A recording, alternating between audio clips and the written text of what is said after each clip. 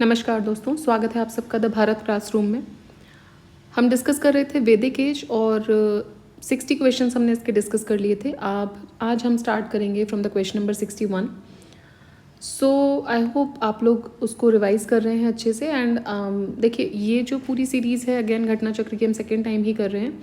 इसका मतलब ये है कि आपने ऑलरेडी वो पोर्शंस कहीं से पढ़े हुए हैं एंड देन ये क्वेश्चंस आपको एक एक स्ट्रैटेजाइज तरीका बता देंगे कि क्या क्या पोर्शंस हैं जो वहाँ से क्वेश्चन ज़्यादा आते हैं। So I guess all of you have read the static portions. अगर कोई है जिसने स्टैटिक पोर्शंस नहीं पढ़े हैं, they can let me know. One second, अगर आपने पढ़ लिए हैं तो हर एक टॉपिक पढ़ने के बाद इन क्वेश्चंस को आप सॉल्व करने की कोशिश करना, ठीक है। सो इससे पता चल जाएगा कि जो भी हम पढ़ रहे हैं, are we able to apply it और नॉट। क्लियर? चलिए तो स्टार्ट करते हैं क्वेश्चन नंबर 61 के साथ। एंड ऑल्सो जो UPPCS का जो डेट था फॉर्म फिल करने का, दैट वाज एक्सटेंडेड क्योंकि कुछ टेक्निकल इश्यूज आ रहे थे उसकी साइट पर। तो आज जो है 3 अगस्त, this is the last day to fill the form again.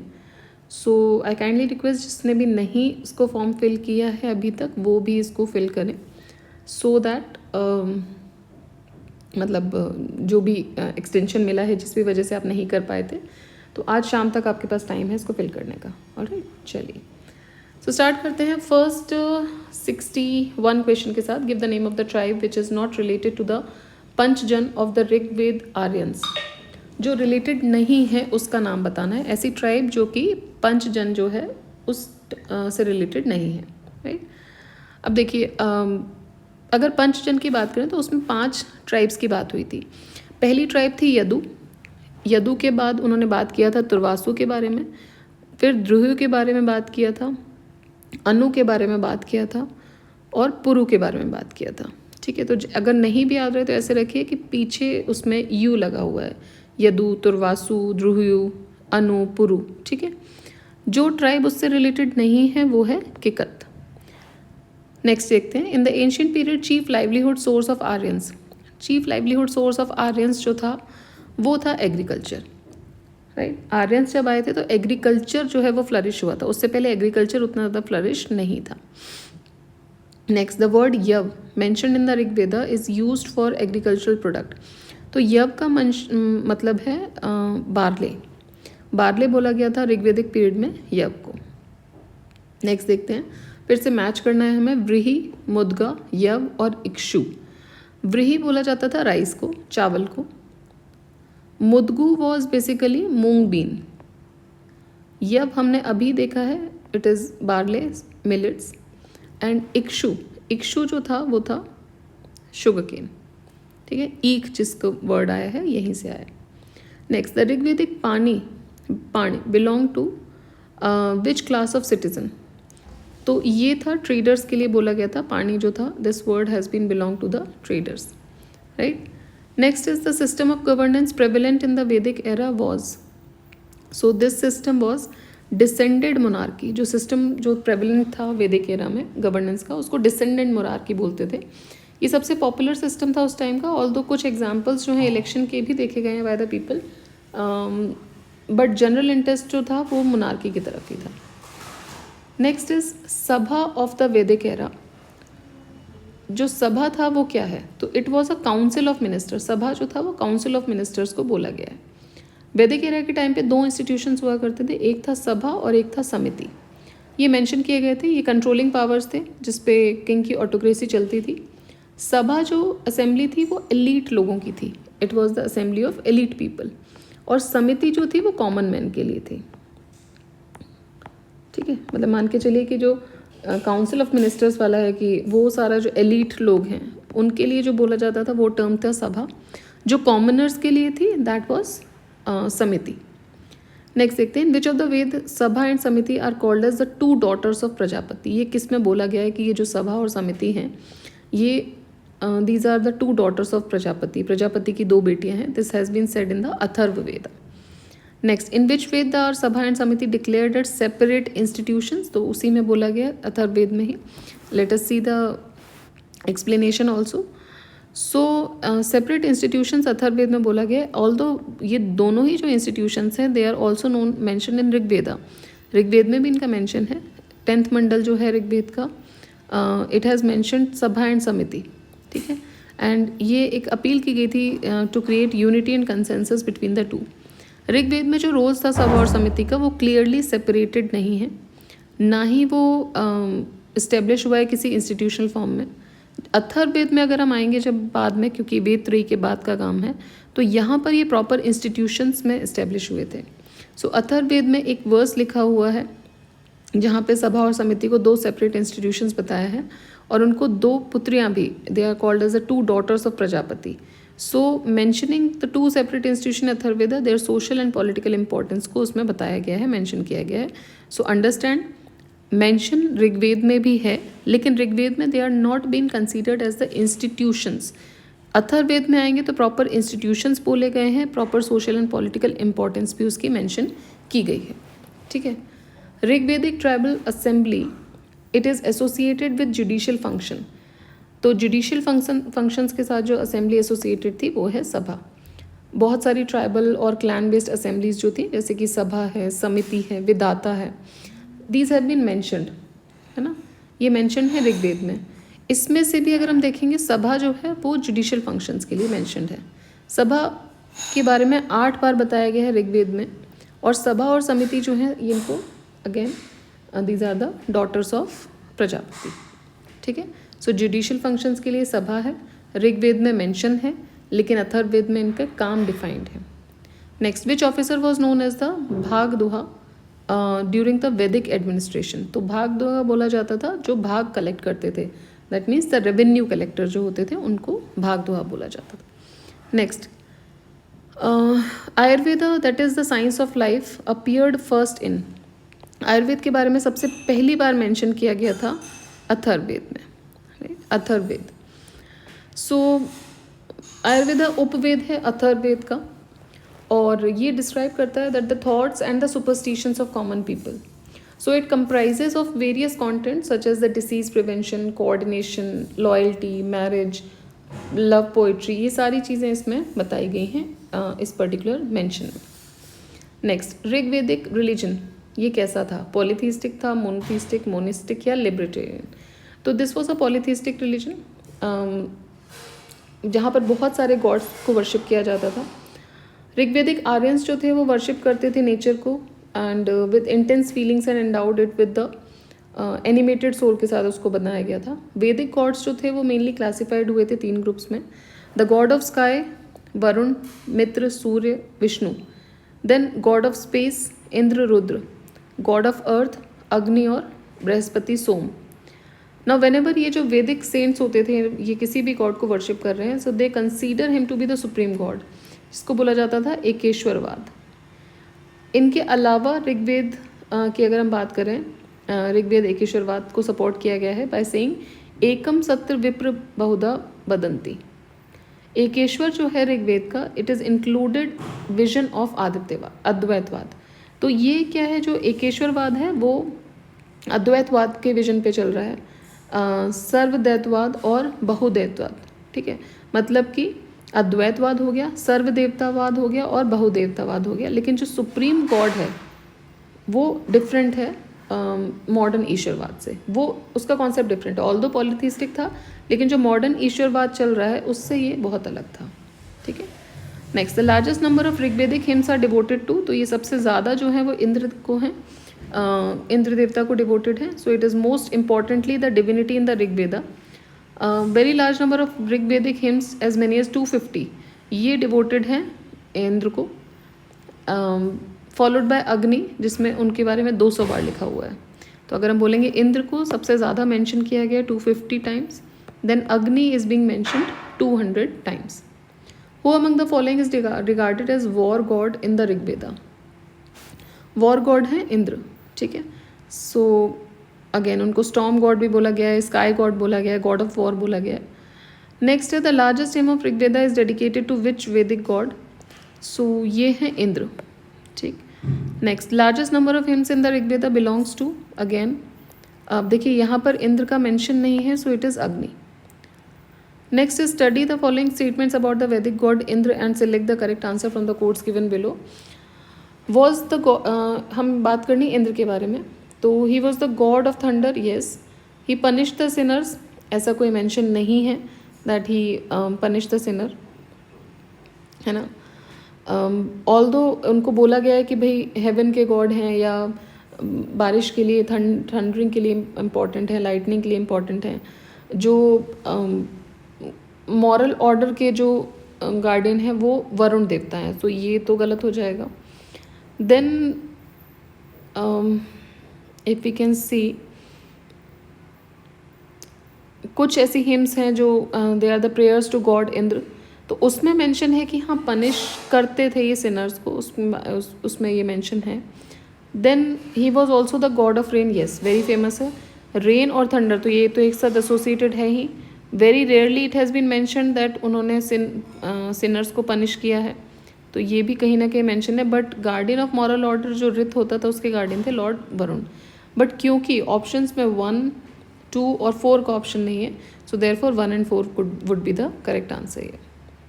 Who among the following was most popular god of the Rigvedic period? So he was Indra. War God किसको बोला गया था? इंद्र. 800 BC to 600 BC किस era ये related है, किस era से? तो ये है ब्राह्मण एरा. 800 to 600 BC ब्राह्मण एरा. गायत्री मंत्र किस बुक में मिलता है? तो गायत्री मंत्र आपको मिलेगा ऋग्वेद में. और ये इसका मतलब है कि may the almighty god eliminate our intellect to lead us along the righteous path. Then the mantra famous with the name of Gayatri mantra is found in the scriptures in Rigveda. Gayatri मंत्र कंपोज किसने किया था? तो गुरु विश्वामित्र जी ने compose किया था. Next question है, there was a provision of reciting which mantra in Upanayana ritual of the Kshatriya caste. तो क्षत्रिय कास्ट में जो उपनयन रिचुअल होता है उसमें कौन सा मंत्र रिसाइट किया जाता है? इट इज़ त्रिशतुभ मंत्र. ठीक है, तो उपनयन सेरेमनी में जो त्रिशतुभ मंत्र है वो प्रिस्क्राइब किया गया है. वो मार्शल और हीरोइक क्वालिटीज़ को सिंबलाइज कर रहा है विद क्षत्रियाज, एंड ये और अलाइन भी कर रहा है with their warrior duties and societal responsibilities. Next is सर्ग, प्रतिसर्ग, वंश, मनवंतर एंड वंशानुचरित. ये किस चीज़ के इंडिकेटर हैं या ये क्या है? तो ये 5 कैरेक्टर्स हैं पुराण के. पुराण में कुछ 5 कैरेक्टर्स हो रहे हैं. The first character is known as sarga, फिर बोलते हैं प्रतिसर्ग, फिर बोलते हैं वंश, फिर मनमंत्र, उसके बाद बोला जाता है वंशानुचरित. इनमें से अगर हम बात करें सर्ग और प्रतिसर्ग की, तो ये नेचुरल क्रिएशन की तरफ इशारा करते हैं और या रिनोवेशन की तरफ करते हैं, which is known as cosmogony. वंश मतलब होता है history of sage and god. Manvantara का मतलब होता है द पीरियड ऑफ डिफरेंट मानुस, एंड वंशानुचरित का मतलब होता है जीनोलॉजी ऑफ किंग. तो किंग की जीनोलॉजी को वंशानुचरित बोला जाता है. मनवंतर का मतलब होता है अलग अलग पीरियड में अलग अलग लोगों के बारे में बात करना. Next, the number of Purana is, कितने पुराण हैं? तो 18 पुराण हैं. पुराण जो हैं वो सेक्रेड लिटरेचर हैं हिंदुइज्म के. 18 पुराण हैं, नेमली मत्स्य पुराण, मार्कंडेय पुराण, भगवत पुराण, भविष्य पुराण, ब्रह्मानंद पुराण, ब्रह्म वैवर्त पुराण, ब्रह्म पुराण, देन वामन पुराण, वराह पुराण, विष्णु पुराण, वायु पुराण, अग्नि पुराण, नारद पुराण, पद्म पुराण, लिंग पुराण, गरुण पुराण, स्कंद पुराण, कुर्म पुराण. इनमें से श्रीमद् भागवतिज्म जो है वो उसको क्राउन ज्वेल बोला गया है of all the Vedic literature. ठीक है, श्रीमद् भागवत को. Next, consider the following statements. There are no parables in Upanishad. Upanishads are composed either earlier than Puranas. देखिए, पैराबल क्या होता है? पैराबल का मतलब होता है कि कोई छोटी स्टोरी या सिंपल स्टोरी के माध्यम से आप किसी को समझाते हो, उसके थ्रू आप किसी को समझाते हो. सो ये फर्स्ट स्टेटमेंट तो गलत हो जाएगा, बिकॉज उपनिषद्स में बहुत सारी ऐसी स्टोरीज बताई गई हैं, बहुत सारे पैराबल्स हैं जो कि एक्सप्लेन कर रहे हैं फिलोसफिकल कॉन्सेप्ट्स को और टीचिंग्स को. जैसे कि एक पैराबल वहाँ पे बताया गया ऑफ 2 birds जो कि कठोपनिषद में मेंशन है. इसके अलावा मुंडक उपनिषद में भी इसके बारे में मेंशन किया गया है. बहुत सारे न्यूसेंसेस जो हैं जीवात्मा के बारे में वो बताए गए हैं. सो स्टोरीज तो हैं, तो पहला तो ऑप्शन गलत हो जाता है. सेकंड की बात करें, they were composed earlier than Puranas. Yes, तो मेनली लेटर वैदिक पीरियड में कंपोज हुए थे, जबकि पुरानास जो हैं वो देवर कंपोज मच लेटर, बहुत बाद में ये कंपोज हुए हैं, राइट। चलिए नेक्स्ट देखते हैं। With reference to Puranas which of the following statement is are correct? Information about the Mauryan dynasty is found in Vishnu Purana, ठीक बात है। देन वायु पुराण, ये गुप्ता एडमिनिस्ट्रेशन गवर्नेंस सर्विसेज पे कुछ प्रकाश डालता है, बिल्कुल ठीक बात है। तो 1 और 2 दोनों ही इसमें करेक्ट हो जाएंगे। Next, in which language was the Shrimad Bhagavad Gita originally written? Shrimad Bhagavad Gita originally लिखी हुई थी संस्कृत में। 700 इसमें वर्सेस थे, और ये जो है ये महाभारत का पार्ट था।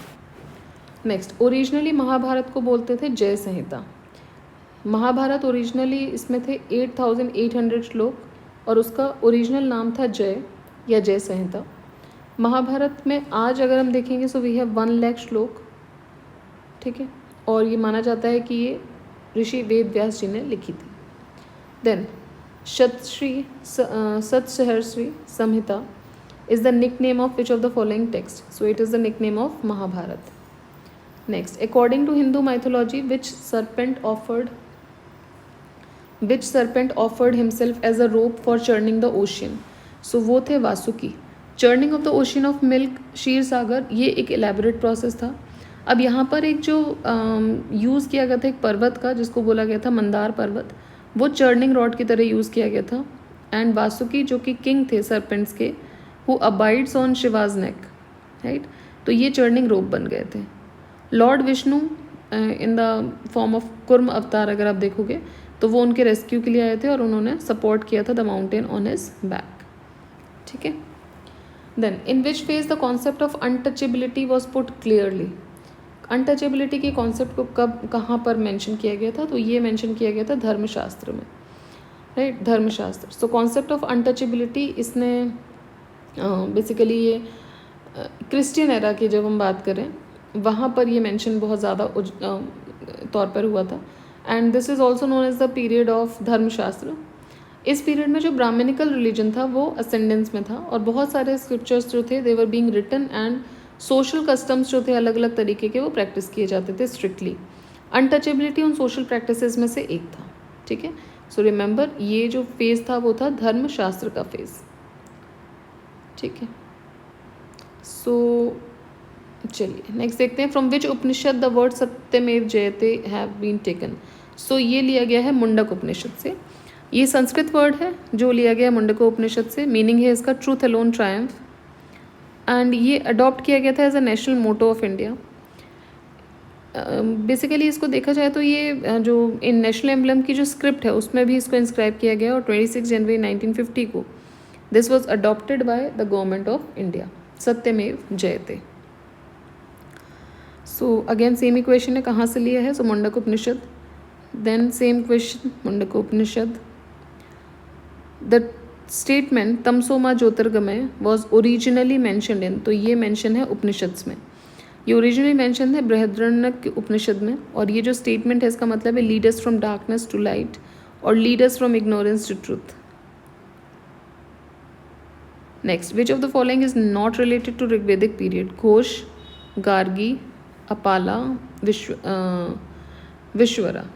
देखिए घोष, अपाला और विश्वरा ये फीमेल सेयर्स थी जिन्होंने ऋग्वेद में कुछ हिम्स लिखे हुए हैं, देयरफॉर उनको ऋग्वेदिक एज का माना जाता है। देन गार्गी जो है वो फिलोसफर थी, लेकिन लेटर वैदिक पीरियड में रही हैं या उपनिषदिक पीरियड में रही हैं, ना कि ऋग्वेद में रही हैं गार्गी, ठीक है। तो गार्गी संवाद भी जो है वो फेमस है। Next, in which Upanishad is the famous dialogue of Yajnavalkya and Gargi mention? तो ये है बृहदारण्यक उपनिषद में, ठीक है। So there was a dialogue between the Yajnavalkya and the Gargi. Next, the literal meaning of which Upanishad is white horse? देखिए जो उपनिषद के नाम दिए हुए हैं literally means none of the Upanishad literally means white horse, इनमें से कोई भी नहीं जाना जाता है।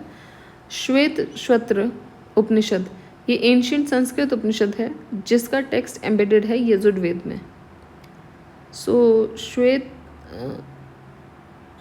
श्वेतश्वत्र, मैं इसका सही से प्रोनाउंस नहीं कर पा रही हूँ। इसका लिटरल मीनिंग है carried a white horse, but ये ऑप्शन में नहीं दिया हुआ है, so none of the names have been which have been mention in the option वो ये बता रहे हैं। ठीक है, नेक्स्ट है the legend of Satyakama Jabala which challenges the stigma of being an unmarried mother. ये किस में मेंशन है? तो ये छांदोग्य उपनिषद में मेंशन है।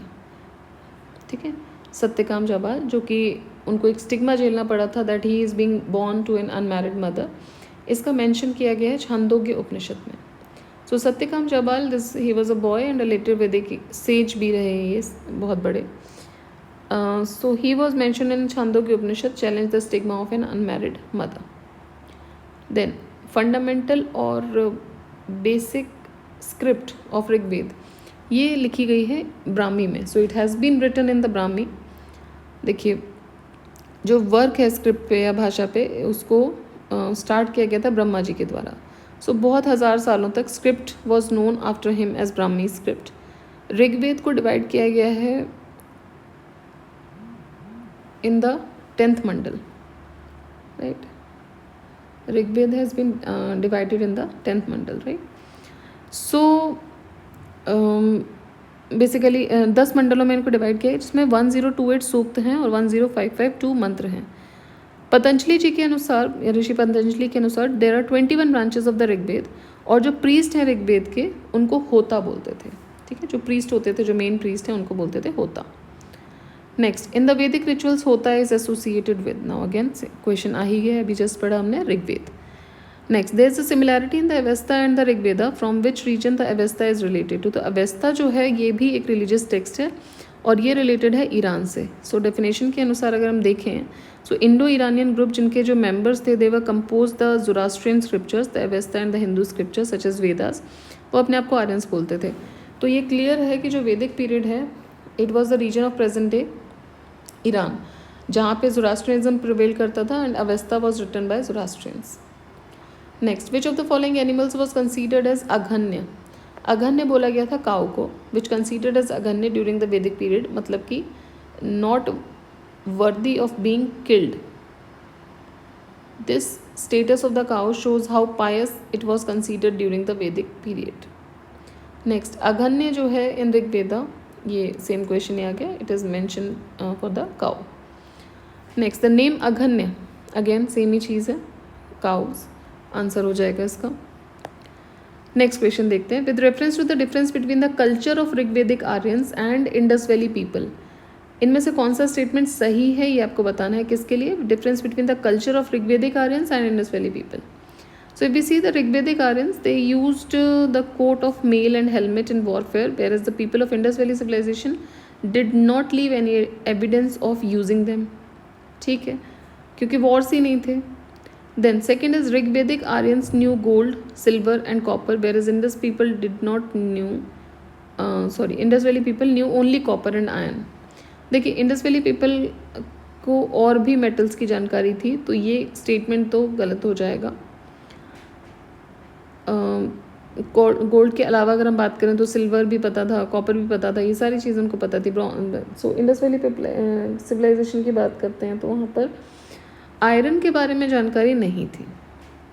ठीक है, so basically if we talk about IBC people, so they had this knowledge of copper, they had the knowledge of bronze.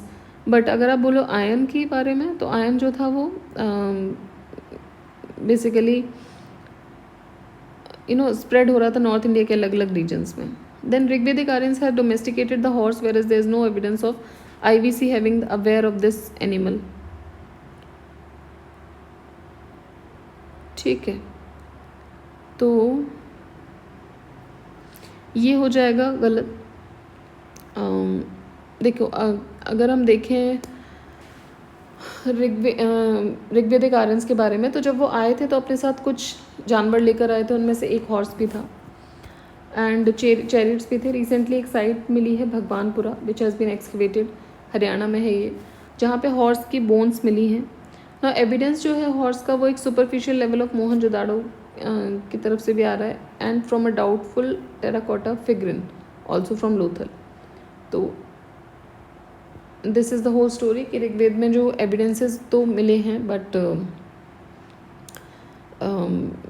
Superficial level पे मतलब कुछ फिगरेंस मिली है। तो टेराकोटा फिगरेंस मिलने का मतलब ये है कि अगर फिगर उसी का बनाओगे या फिर मूर्ति उसी की बनाओगे जिसको आपने देखा होगा, तो सिमिलर काइंड ऑफ फिगरेंस वहाँ से मिले हैं। Next, in the early Rigvedic period what was considered to be the most valuable property, so it was cow. Cow को सबसे ज़्यादा वैल्यूएबल प्रॉपर्टी माना जाता था। Next, Indus valley civilization, later Vedic society, Rigvedic या medieval period. So Indus valley civilization जो है वो अर्बन है। Then later Vedic society is agrarian. Then Rigvedic society is pastoral. और मिडिवल पीरियड सोसाइटी जो है वो लैंडलॉर्डिज्म के लिए जानी जाती है। Next, in the context of ancient Indian society which one of the following terms does not belong to the category of the other three. तो ये है कोस, है ना। इंडियन सोसाइटी में वंश, गोत्र, कुल, ये सब जो वर्ड है ये फैमिली सिस्टम के साथ एसोसिएटेड है, लेकिन जो कोस है वो ट्रेजेडी को बोलते थे। Next, what is the total number of sanskar. तो टोटल 16 संस्कार होते हैं।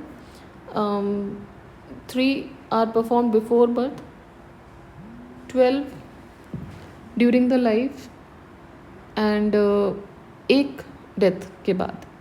तो इस तरीके से 12 होते हैं ड्यूरिंग द लाइफ, 3 हो जाते हैं बर्थ से पहले और 1 होता है डेथ के बाद, राइट। उपनयन संस्कार सबसे इंपॉर्टेंट और कॉमनली परफॉर्म्ड है besides of course the wedding ceremony and the ritual after death.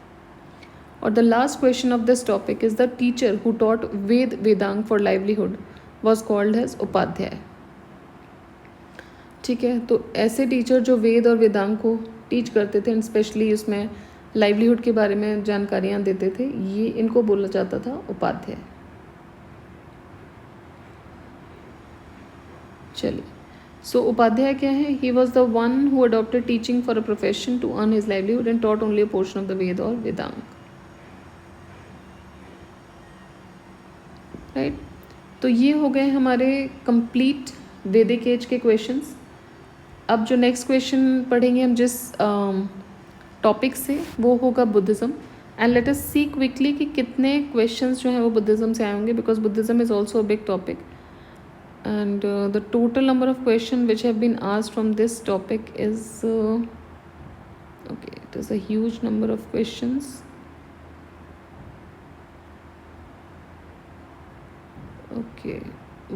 Okay, so we have 150 questions. So I think this particular chapter we will be dividing into 3 parts. So 50-50 में 3 parts में इसको divide करके आराम से देखेंगे, क्योंकि फिर वो बहुत लंबे, वही बात है कि ऑलरेडी हमने डिस्कस किया हुआ है, the long chapters are not worthy of reading also. उतना टाइम कभी कभी सिटिंग नहीं दे पाते, and if you feel to read तो वो एक गो में तीनों पार्ट्स आप चला लीजिएगा, राइट। चलिए, so thank you so much and keep revising, keep studying, पढ़ते रहो एंड कीप लर्निंग। जय हिंद, जय भारत।